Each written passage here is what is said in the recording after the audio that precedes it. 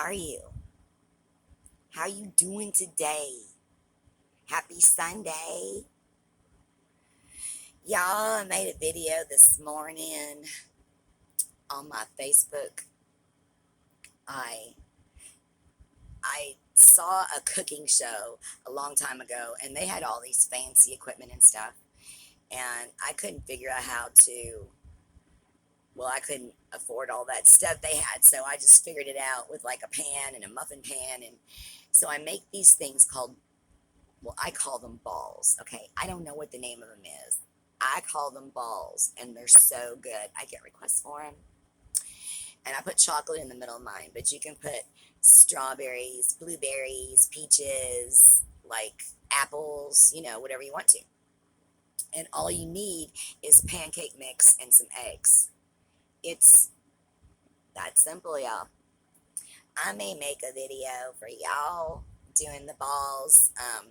I was going to bring you out the finished product, but I didn't want to bring it out here with like flies and bugs and all that kind of stuff. But what you wind up with is something similar to like the shape of a cupcake.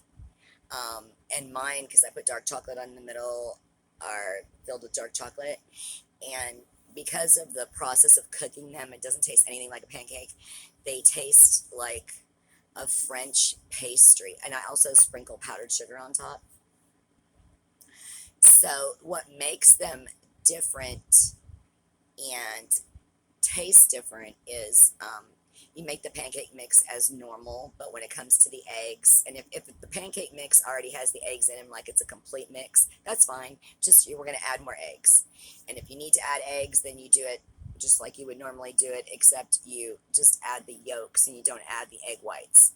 So you take the egg whites with a little bit of sugar and you just beat those suckers until they get, you know how y'all do, you get the foam, right? And when they're all nice and foamy, then you fold them back into the pancake mix. And then I have the muffin pan, a little muffin pan, like the six things, sitting inside of like a cookie sheet with walls. Like I don't know what that pan's called. It's like I think it's like your standard 13 by 9, just like pan. But my muffin pan fits in that pan. So I put water in that big pan so the muffin, the bottoms of the muffins are sitting in this water. So it's like a double boil situation so you don't burn the chocolate. And you fill all the little muffin things with, like, not halfway, but a little bit less than halfway with butter.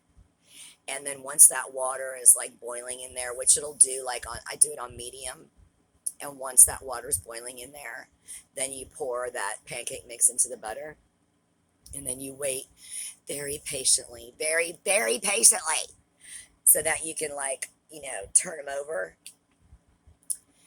If y'all want to catch that video, it's on the Secret Creations on Facebook. But and then when they're done, you just sprinkle some powdered sugar on them, the ones that I did with the chocolate, and man, they're good. But if you put like apples on the inside, you could put like just regular sugar and cinnamon on the outside, or if you did like strawberries on the inside or blueberries, you could put like whipped cream on the outside. I mean, you can make them however you want to. And then, of course, a bunch of people commented on the videos about couldn't you bake them or do them this way or do them that way? Sure, I'm sure there's a million different ways you could go. This is just a way for you to get started. If it sparks your imagination to go do some balls, which are divine, and I don't make them that often because, I'm sure they're pretty fattening. I'm just saying. But they're delicious. They're really delicious. I brought y'all only 2 paintings today because they're bigger. They're not my biggest ones, but they're bigger than the little ones y'all are used to. This one behind me is one of them. I don't know how I'm going to be able to. Let me see if I can back this up so I can get all of this in one shot, maybe. Maybe. Maybe. Let's not get too much of me in here. Okay, hold on. So this one, I love.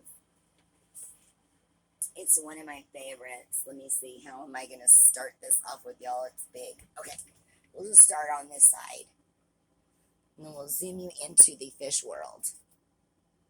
See the fishes and like coral. And I guess that's a fish house. You know, kind of think of, what was that movie? Shark Tale. I love that movie. Finding Nemo.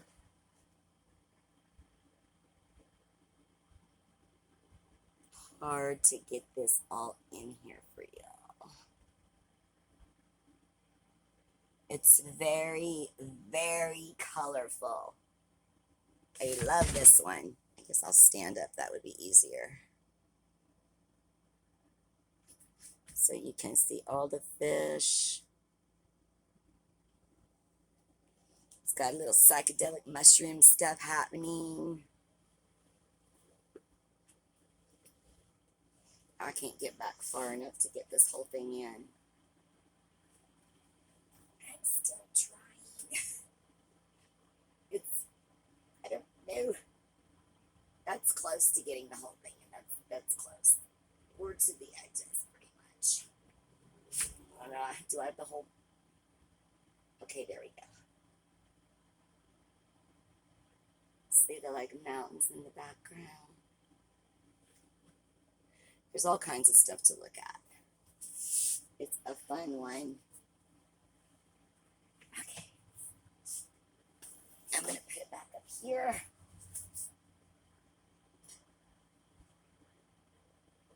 Let's see if I can make it stand up some more. There we go. Okay. Y'all can't see that very much. And then I'm going to show you this next one. Please hold.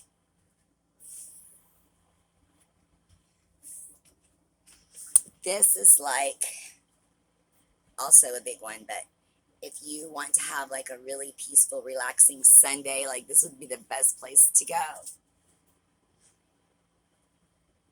Let me see. Let me see if I can scoot back. I'm probably not going to be able to get this all in there. So let me come up here and we'll go, where's the bottom? We'll go zooming into the bottom here. Check out all the flowers and stuff at the bottom of the trees and the rocks. Tall trees. I'll go over here to this side, which is in the water. You can see all the flowers.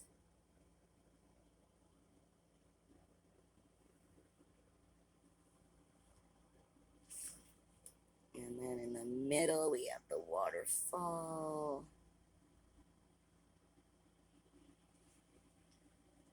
Trickling down the rocks.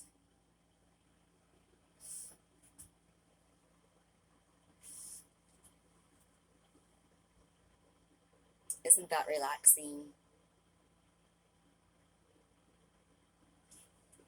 So that's another one I showed y'all today.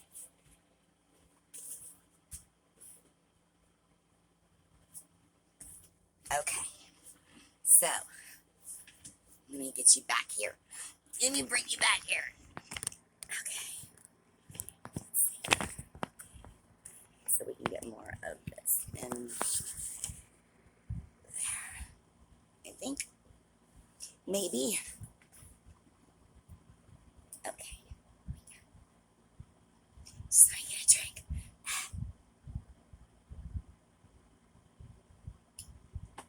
Lots of work, lots of work. I did bring these two funny things to show y'all. So, you know, I have German Shepherds. So you can imagine their size, right? So they're like around 90 pounds, okay? So German Shepherds, so you would think their toys must be like those tires or something really rugged, some Kong toys or something. Do you know what my dog's favorite toys are? Do y'all see these little... Look at them.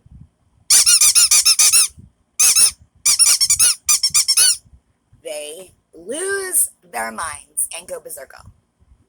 Now, the female will hold on to them forever. The male will immediately try to dismantle the squeaky, which is pretty easy. He just bites hard and then gets it to come popping out of there. So the female carries as many of them around in her mouth as she can. So the male doesn't destroy them because she likes the squeaky part. It like soothes her to have something in her mouth. So she likes to carry these around with her everywhere she goes. And then when we first bring them home, the noise, y'all, with both of them going at it, it's insanity. I can just imagine what it's like to have kids at that point, right? But I just wanted y'all to see, I don't know if y'all, what size dogs y'all have, or if you've tried these, but they're like 3 or 4 in a pack at Walmart. They're really cheap, and we go through so many of them. I've been trying to think of an art project to do with all the, because once they tear them up, then I take them away, and I don't know what to do with them because I have so many. If y'all have any ideas about some little art project we could do with these little plastic squeakies, that would be awesome. We'll try something. Okay, so one of the things I wanted to talk about with y'all today was like for the younger people. I wanted to give you some advice that no one ever gave me. Um, let's see where to start.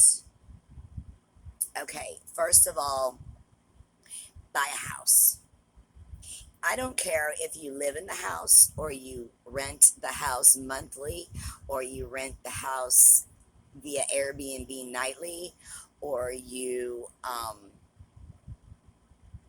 use it as a vacation home that you only go to once a year or whatever. But immediately buy a house on land. That's it. Buy a house on land. That's not that houses aren't on land, but the more land you can get, the better. It's going quick and fast. People from other countries are buying up our land. Get your hands on some land. Even if you're not planning on using it for the next year, 5 years, or 10 years, just buy it. Get it. Get it while the rates are low. Get it now. I'm just saying, if you have any money for a down payment, if you have absolutely any way of doing it, get a house. That's for about a million different reasons. One being, I would have never made it through this entire pandemic if I didn't own my house. My mortgage company's been absolutely wonderful. Thank God. I'm going to make my first payment next month since we shut it off for the pandemic. I feel bad for people living in apartments and in all different situations because I don't know what they're going through. I can just imagine. Um, but like I have a house and a yard. God forbid I didn't have electricity. I could still come out in the yard and make a fire and do something. Water isn't that expensive, but you have options when you have a house. You can always rent it out, or you can rent rooms. Like if you can't afford to live in the house by yourself, then get roommates. I mean, you have a million options that you don't have when you're in an apartment, and nobody can kick you out as long as you pay the bills, right? And as long as you don't do anything crazy. Um, and the other thing I wanted to say to young people, I mean, I guess everybody could use it, but never buy a new car. It just loses so much value as soon as you drive it out of the parking lot. It's not worth it to just say that you have a new car. Get one, like, let's see, when I got my car, it was a year. So it was a year later. It never sold the previous year. So I got it a year later for a lot cheaper than I would have gotten it had it been in that year. But it still doesn't have any miles on it. Still, nobody still drove it. It's still a brand new car. You know what I'm saying? Um, just don't go for the brand spanking new right off of the showroom. It's just not worth it. I mean, the way that people drive nowadays, and the scratches and the dents and the this and the that, and you know, um, needing to be worked on, and just all that stuff. You're not going to have that car forever. You're just not. So just don't, why spend all that money on it? It's not necessary. It's just a thing that gets you from point A to point B. I don't understand the large expense. Like, unless you're a celebrity and you have to roll that way, or else, I don't know. I don't know. I don't see a reason for it. But I'm also very, like, I don't know, functional and basic, and, you know, not the vehicle that I have now, but the prior vehicle. I didn't even go out into the parking lot to look. I just went in and said, I need the cheapest car with the cheapest payment. I don't have any money to put down today, and I need to drive out with a car. And that's what I got. Whatever they gave me. It just happened to be a white Kia Rio. That was what I took the trip to California in. That was the car that I did all my courier work in. And I think I had 170,000 miles on it when I sold it. Remember I told you it was going to go be a cab somewhere? I don't know where, but it was going to go be a taxi. Um, have a savings account. Like, now they have all of these neat programs and things that you can sign up for where they just automatically take that money out of your check. They take 10% or whatever it is out every time you put money in, and then you don't even know about it. You don't even realize it. In the meantime, you're developing a little savings account, because if the pandemic didn't teach us, we need to have something to fall back on. I mean, I used to use credit cards, and I haven't used credit cards since 2005.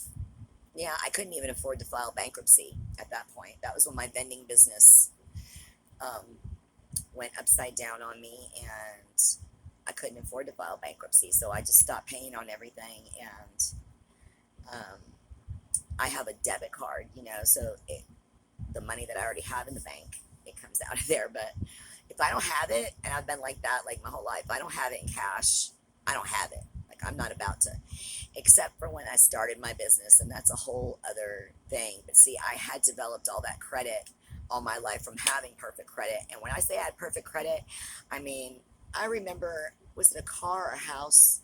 I don't know if I was refinancing my house at the time or what I was doing, but I went in and I told the guy I had perfect credit, and he laughed, and he left the room, and he came back in and he said, I just have to tell you something. He said, I can't tell you how many people sit across from me and tell me they have perfect credit, and they don't, but you do. And I'm like, I was never late on anything. I worked so hard on my credit. When everybody else was going out partying and doing whatever, I was staying home, being a good girl, wanted to build my credit, make sure everything was paid on time. For what? I started a business, and I'll tell you all that story someday. But get a savings account, okay? Get a savings account. Even if you only put $1 in there. And it doesn't have to be a savings account in a bank. Like, I'm not a big bank person. I'll be like one of them old people that digs a hole in the yard or something, you know what I'm saying? But, like, because I don't use checks and all that. I don't do all that credit card stuff. Like, I don't know. I ain't gonna say too much stuff on here because some people might be crazy. But I'm just saying, if y'all are thinking coming for me, because my back is jacked up, my hands, my arms, the rest of me ain't jacked up. So just don't think about trying me. I'm just saying. Just saying. Saying. Okay.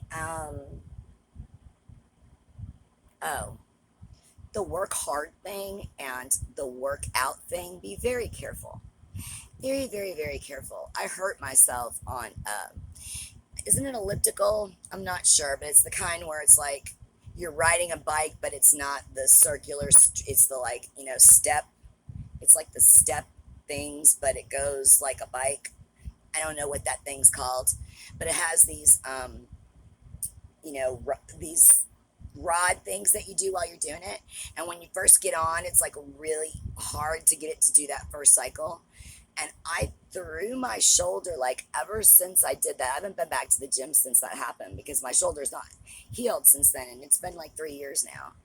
Um, Something happened in there, and now it like crackles when I move it a certain way, And if I go to reach out for something, it might just, I never know what it's going to do. Because I might make that same move 10 times and it does nothing. And then on the 11th time, it does something. So I don't know. But be very careful when you're working out. Like, just don't, don't go crazy. And just remember, like, think about it like, what if God only gave you 100 times to move your arm and then you wasted it all on that? And then by the time you're my age, you can't move your arm anymore. It's not worth it, right? So it's not worth it. You only get so many uses. And I'm not saying don't do anything because the body's made to move. You have to move. But there's a difference between moving and pushing it too hard, like I did. Like, do not do what I did. I lifted everything. Like, I didn't care how heavy it was. I'm like, I can do it. I am boy. I can do it. Y'all, I lifted so much stuff. I worked so hard. I did it to myself. I would come home after construction and work on my own house. Like, it'd be 11 o'clock at night and I'd be mudding my living room. Like, I mean, y'all, there is such a thing as working too hard. I did it. I did it. There is such a thing as overuse of hands. When I was building that hotel, and I showed you all the pictures when I was building the lighthouse down in Rockport, Port A. There was a time, I don't know if it was a month into that job, 2 months into that job, I had to literally be taken to a doctor, and y'all know how I feel about doctors. I don't do doctors. But I was waking up, not that we had that long to sleep as it was.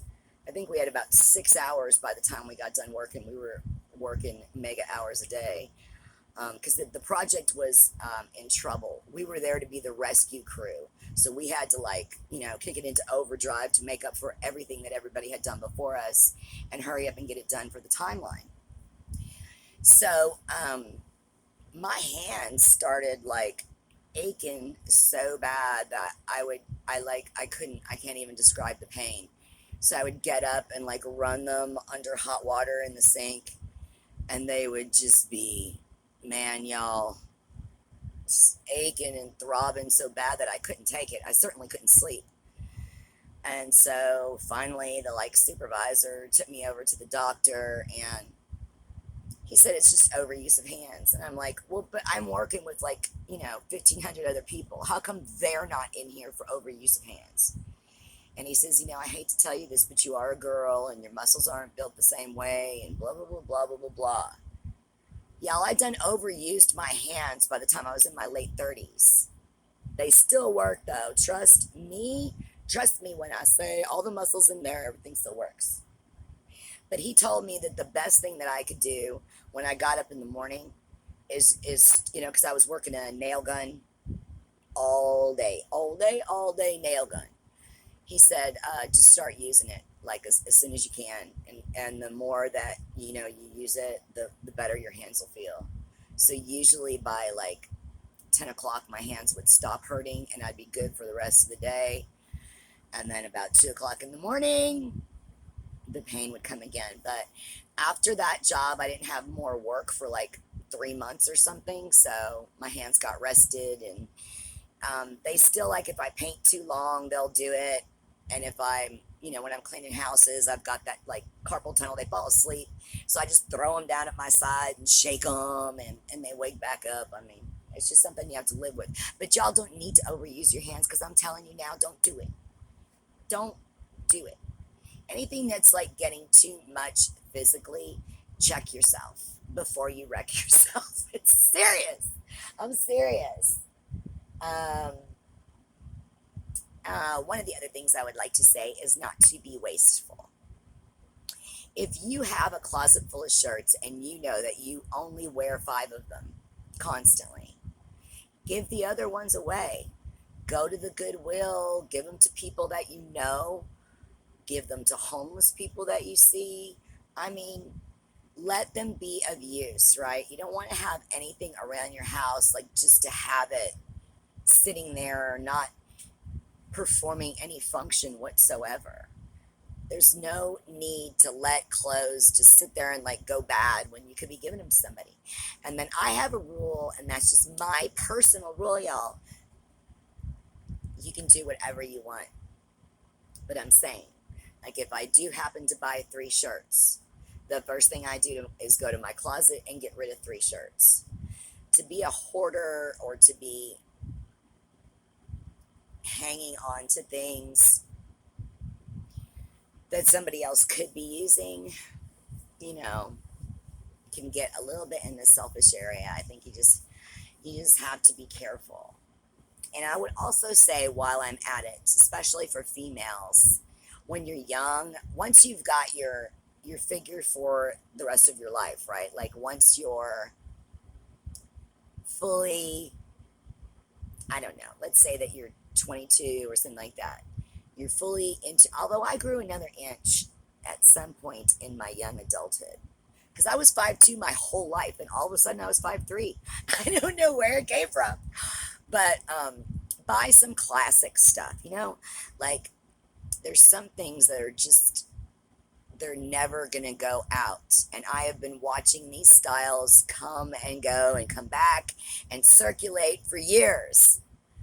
Um, God, I wish I still had some bell bottom stuff. But um, get some classic pieces like leather jackets. Leather jackets are never going to go out. Get some kind of a classic raincoat that's always going to look good. Like I have a raincoat I bought, was it the 80s? Probably around 89. I bought this fantastic silver, not really gray, but silver raincoat. It has like that iridescence to it. And I'm here to tell you, it's almost got like a triangle shape. Not, there's nothing on the bottom, but it's kind of got that kind of shape. And I'm telling you, it'll never go out. It hasn't gone out since I've had it. I can wear it any year and it still looks good. Um, and like a coat, something like that, you get a little big. Even if you gain 20 pounds or something, you're still okay. Stuff like that, I would buy because it's good to have those. And then all of the other pieces that are not classic, that are not timeless, that are not going to go year after year, decade after decade, don't waste your money because it's either going to go out or it's not very good fabric or whatever. It just don't go crazy. I remember when I did my clients and they would buy $500 sweaters and I couldn't tell the difference between the $500 sweaters and the $19 sweaters at Walmart. I mean, it's just ludicrous. It's really ludicrous if you're just buying something because it has a certain kind of label on it. And then you need to check like what's important to me in life. Like it should be people more than things. Like if you have a car and you'll literally punch someone in the face for spilling fries in your car or spilling a drink in your car, then you've got the wrong car. You shouldn't have that car because now it means more to you than people. You know what I'm saying? Like people should be the most important thing, which brings me to another point. Did y'all know that we're all family? Did y'all know that we're all related? I just want to reiterate this because I think sometimes people forget. Like we came from Adam and Eve. There was only Adam and Eve. There wasn't like a whole bunch of different, right? There's only Adam and Eve. So we're all brothers and sisters. All of us are related. Like you're my first cousin, second cousin, third cousin, fourth. I read somewhere the other day that we're all somewhere within 7 cousins. So why is it that you will say, oh, my family matters? Like, don't jack with my family. Well, but I'm your family too. Everybody's your family. We're all family. We came from the same bloodline. We're the same. I mean, I don't understand, what all is going on out there. I guess if you don't believe in God, maybe. But if you believe in God, you have to know we only came from 2 people.